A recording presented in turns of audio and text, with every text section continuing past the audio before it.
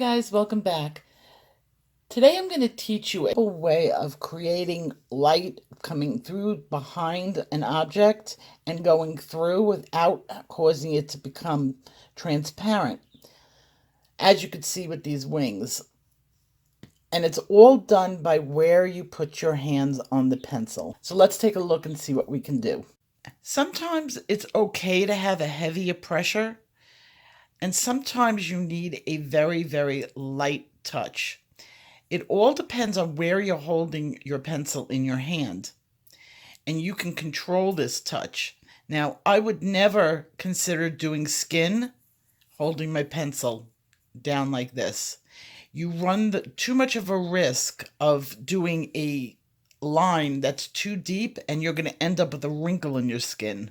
So let's just take this from the beginning, and I'll work it out with you guys, because I know this is a very hard technique to master, and some people are not going to be that comfortable. My bottom layers, I usually use a medium to a light touch. It's not time to do heavy. If you do a heavy bottom layer, you're going to end up burnishing your paper really quickly, and you won't get as many layers. I did the video where I actually layered, and I got like 16 different layers just by using how heavy my hand was. When I'm doing medium, I don't want to hold my pencil down here. This will give you a heavy line almost every time. And if you're zoning out or getting really into it and your mind is elsewhere, you might not realize by the end of the night you're like holding your hand gripped like this. When I start out with my bottom layers, I'll move my hand a little further down. Light strokes. Light strokes holding the pencil like this, you're going to get a medium touch on this. A lot of people don't even realize how heavy their hand is. The further back on the pencil you hold your pencil, the lighter your stroke is going to be. That's like fulcrum and physics and where you're holding the pencil, how much force is able to be exerted at the tip. Now, you thought physics was never going to be needed. I did too. The lighter the touch, if I hold the pencil back here now, I'm comfortable holding the pencil really at any point. And that's because I've done some major practice with it. Start off, about 2 inches from the bottom when you're doing your bottom layer. And you can see you're going to get nice coverage that's smooth. And I know it's uncomfortable. A lot of people don't like it, but you'll grow to like it. Because if you can maneuver the pencil and be able to control it all over the pencil, then you're on your way to becoming a real artist. Okay? As I want to get darker, I move my hand up, and I can exert a lot more pressure on the tip. And as you can see, I'm getting a much heavier line.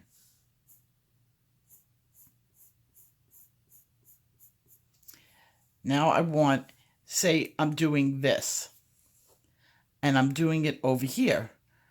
I want this to be lighter.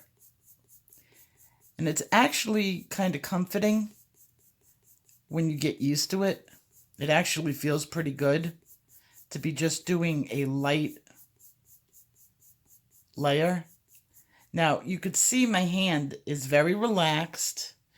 I'm almost on my side, and I'm just bouncing it back and forth from as far back as I can comfortably make it. And then I go for the bottom layer, I go a little bit further up, and you can see it becomes heavier and it's easier. Now I want to apply some major pressure. I'm getting towards my top. I go down towards the bottom, towards the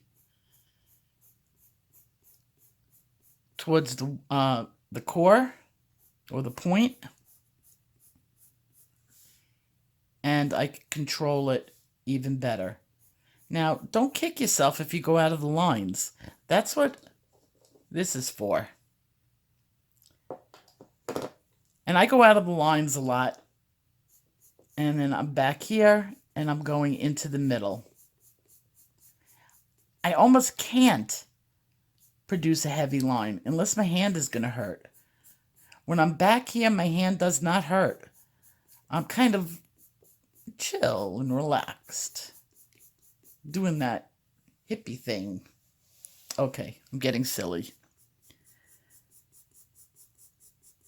And there I go.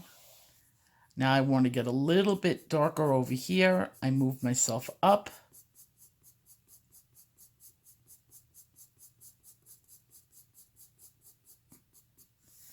I want to get heavier up here. I move myself further down. I have no hand fatigue whatsoever right now. Move myself back.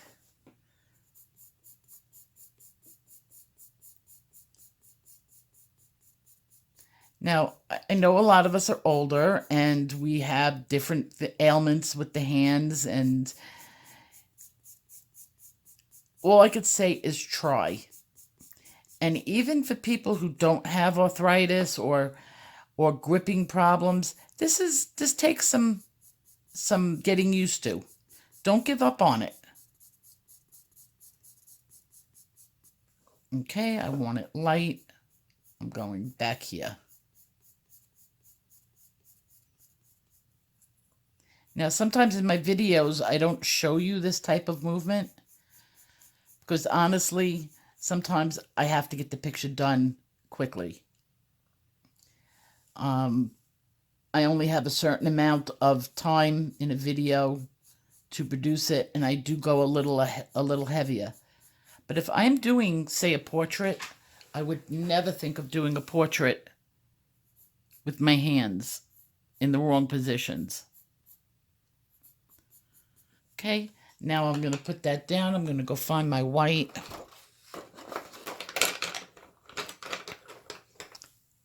I love this thing. My pencils don't go flying. Now I want to blend. I blend pretty close up to the tip, not completely. And I could do my circular. It's kind of hard to do circular back here. I wouldn't expect you to be controlling the pencil. This would get my hand tired. It's stroking. It's your tapered strokes. If you are working on hair or fur, you got to do it back here because you want to get those fine lines. And you can even see they almost create in the white. But over here, I could produce the right amount of pressure.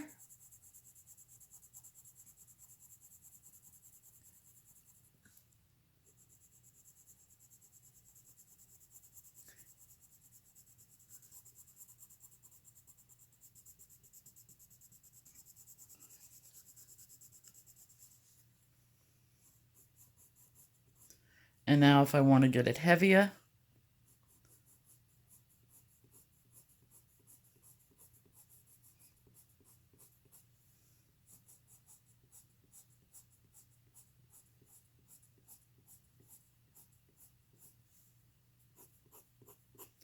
and that's how I produced this effect.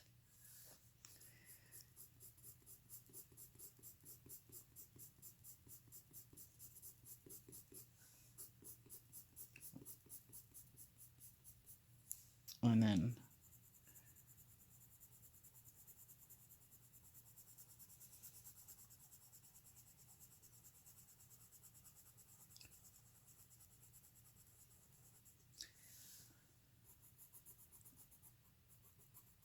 my hand strength or my muscle memory is probably, I can go 2 hours without taking a break.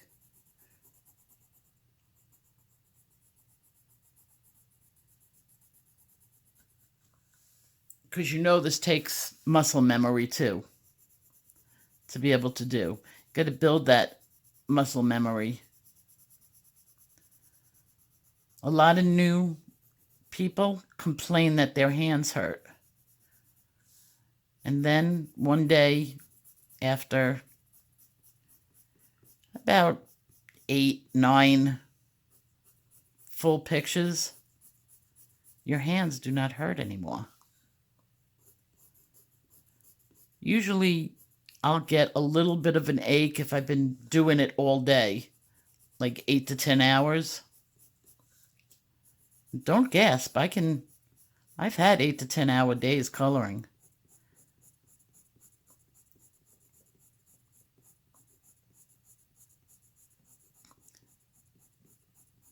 I'm at that age where I don't have little ones. I'm hoping for grandchildren, but no little ones in the house for me to take care of right now. And I can color for 8 hours. Not that I'm not interrupted by the older kids.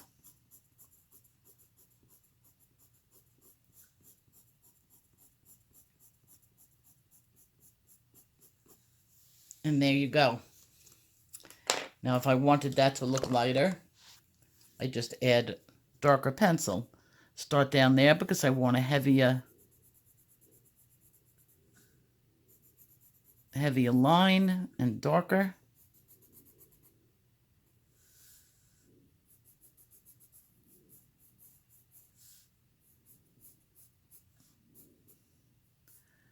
And the darker I get, remember the seesaw effect. I haven't used that term in a while.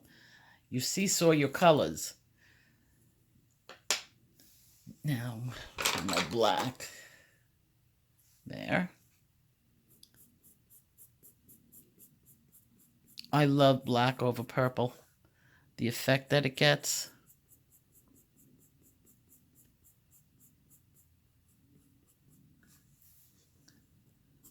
That's definitely going to be a green light.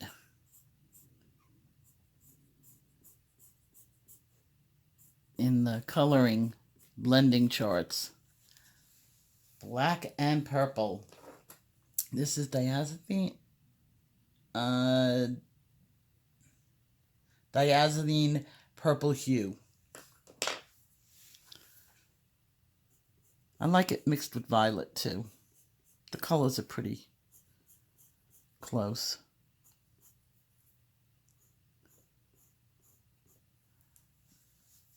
And then I'm working with a blue for the veins. But you could see that it made a big difference, and that's how I got this bright white effect. It was just moving my hand up and down the pencil. Try it. I'll see you guys tomorrow. Bye-bye.